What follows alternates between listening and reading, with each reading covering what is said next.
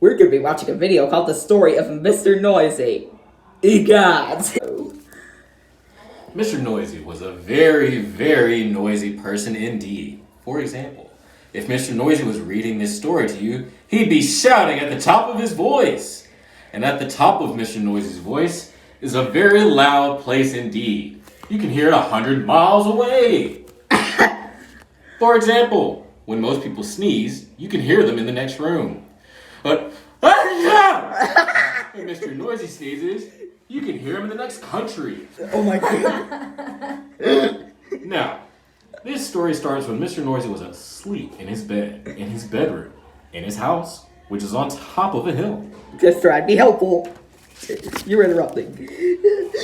He was snoring, and as you can well imagine, when Mr. Noisy snores, that is a snore worth hearing. It sounds more like a herd of elephants than a snore.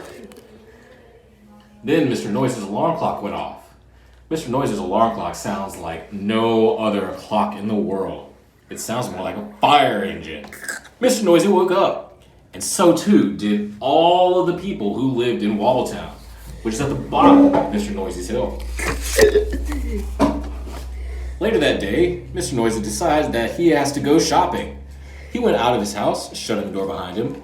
Bang! The door wobbled. The house wobbled. The whole hill wobbled. Wobbletown wobbled. Even a bird flying high above wobbled. Then Mr. Noisy walked down the hill. Clunk, clunk, clunk. He walked into a baker's shop. Crash! Went the door as he opened it. Bang! Went the door as he shut it. I'd like a loaf of bread! Boomed Mr. Noisy to Miss Crumb, the baker's wife. Miss Crumb trembled and sold him a loaf. Then Mr. Noisy walked along the street into the butcher. Clunk, clunk, clunk. He walked into the butcher's shop. Crash! Went the door as he opened it.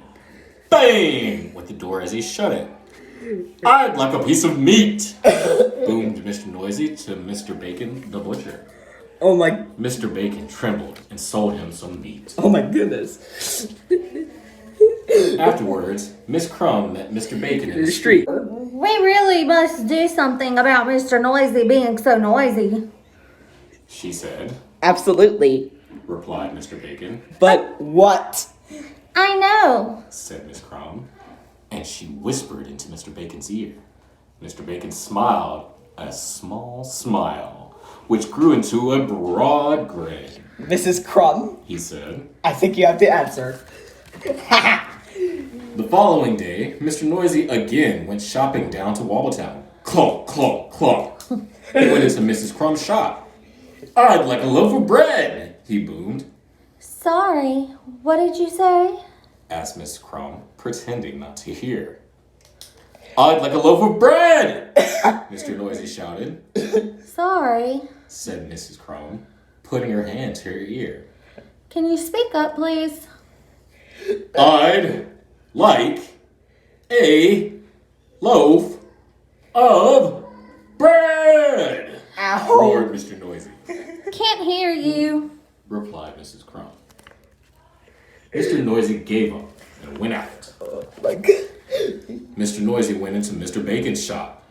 I'd like a piece of meat, he boomed. Mr. Bacon pretended not to notice. I'd like a piece of meat, Mr. Noisy shouted. Did you say something? Asked Mr. Bacon. I said I'd like a piece of meat, roared Mr. Noisy. Pardon?